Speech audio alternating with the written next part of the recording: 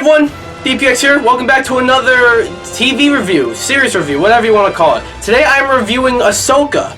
Now before I get started, you know what to do. Be sure to comment, subscribe, and leave a comment, or I will, I will execute Order 66, but only on you.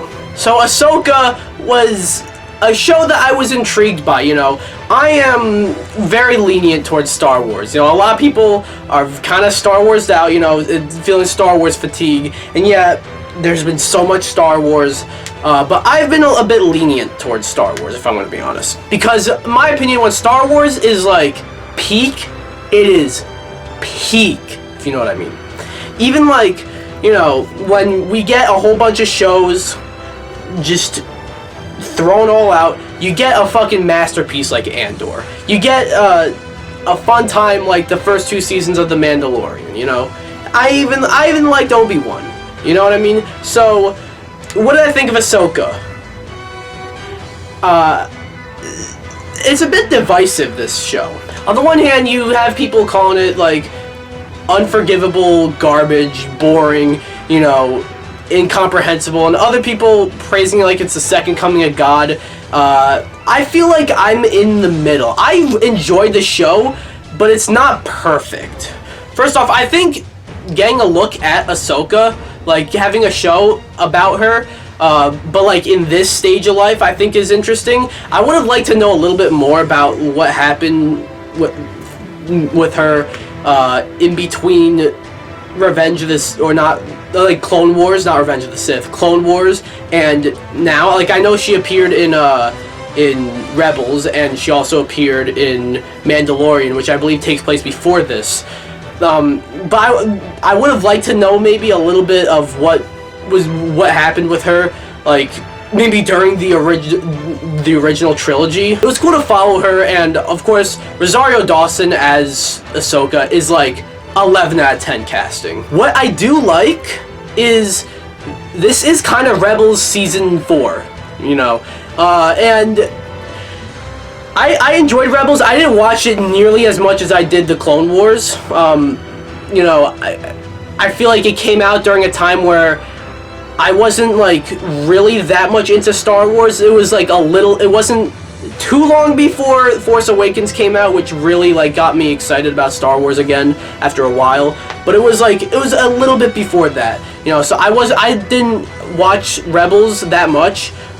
You know, I did catch up a bit on Rebels once Force Awakens was coming out because I was in the Star Wars hype, if you know what I mean. But seeing all these characters like in live action, like not like, of course it's nice to see them return. It's nice to see Sabine, Hera, Chopper, Ezra return. But like seeing them in live action, like not only do you get to see them return, but you get to see them in live action. And I think like the way like Mandalorian has done this as well, even Book of Boba Fett, as you know, not so great as that show was, you know, it took Cad Bane, you know, so it took a bunch of characters from the Clone Wars and Rebels and adapted them into live action, I think very well. Specifically, I really like, you know, she's not in it that much, but I like the way they adapted Hera. I thought, you know, she's not one of the main characters necessarily, but the way that they used her, I thought it was fine. And Chopper as well, I love Chopper. Sabine I thought was interesting as well. I do find it a little strange though, how like, oh, Ahsoka trained Sabine to be a Jedi. When did that happen though? That never happened in Rebels. But then that's not inherently a problem. You know, I'm just saying that's more of a mixed thing, because it's not inherently a problem. You could establish that Ahsoka tried to train Sabine. You know, that's perfectly fine. I'm just saying it's like the show kind of expects you to know that when it's like we never saw that. I will say I also really liked Ezra. I would have liked to see a bit more about him, maybe, or a bit more of him rather. I would like to know more about him, like where did he go? Like what happened in between, you know, Rebels and now? You know, I would have liked to know. So, you know, it might be a bit much asking for more Star Wars spin-offs, but I would like to see maybe like a show or perhaps even a movie, maybe a movie if they have a movie's worth of story to tell, about Ezra and what happened with him. The score is great as well. Star Wars scores are always great. Even when, like, in Obi-Wan, where it's kind of, like, a bit questionable, like, why didn't they use the iconic Star Wars music? The music they did use, I thought, was great. But the music here, I think, is also really great. I also got to mention the two Dark Jedi. Like, they're not Sith. They're not and they are kind of Jedi, but they're not necessarily, like, ordinary Jedi. They're Dark Jedi. And that's interesting. Like, you don't, like, you have evil Force users, you know, but they're not, they're not considered Sith. But, like, these are Dark Jedi, which I think is very interesting. Baylan and Shin, which rip Ray Stevenson. He was taken from us too soon, because I want to see a spin-off about Baylan. You know, he's not a Sith. He's not really a part of the Empire necessarily. He's a Dark Jedi. He left the Jedi Order because he just didn't like the way it was going, and he got a Padawan and all that, and, like, you hear the dialogue when he's fighting Ahsoka in, it was episode 4, and he like, I forget exactly what it was he said, but, like, he thinks that Ahsoka's the villain here.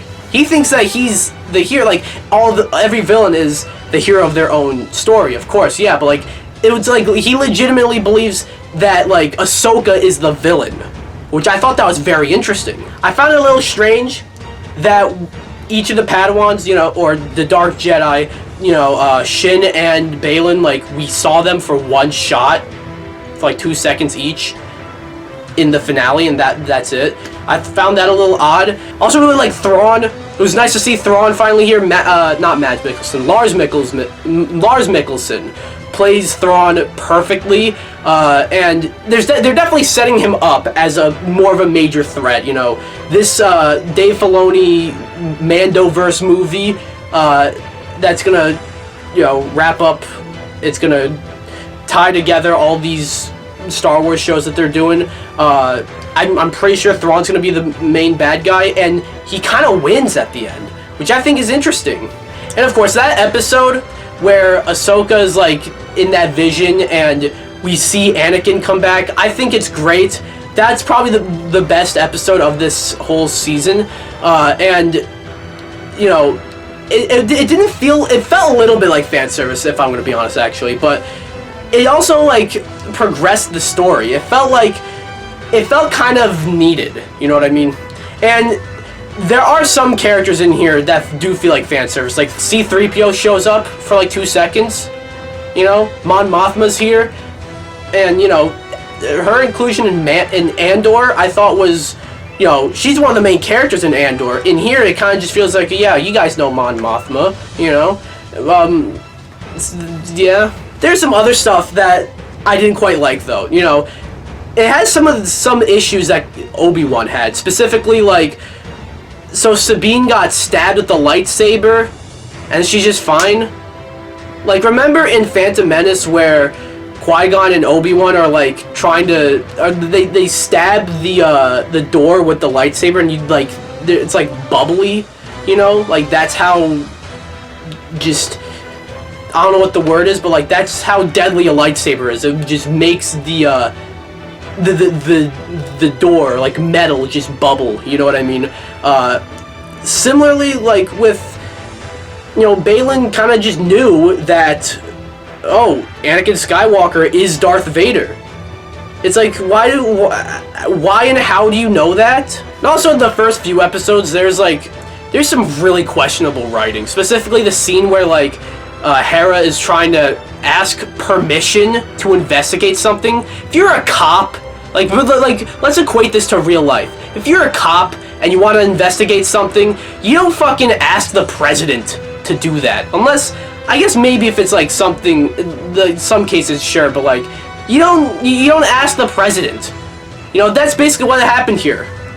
It's, like, it's stuff like that. There's other instances, but stuff like that, it's just, like, what? Overall, I enjoyed Ahsoka, but honestly, come back to me in a little bit. I'm not quite sure what my opinion on the show is going to be. I enjoyed it. It brought out some nostalgia for the Clone Wars and for Rebels and even the prequels as well. And that's always great. Maybe that might help it personally, but I enjoyed it. It's not as bad as people are saying it is, but it's not as good as it could have been, I feel like. I'm going to give Ahsoka a 7.5 out of 10, but who knows, come back to me in a little bit, and maybe my opinion will change. Anyways, that's my review for Ahsoka. What do you guys think? Do you guys like this show? Have you seen it, not seen it? If you haven't seen it, do you guys want to see it, not want to see it? Anything about this show, let me know down below. Anyways, be sure to like the video, comment, subscribe, or I will execute Order 66 on you. Bye!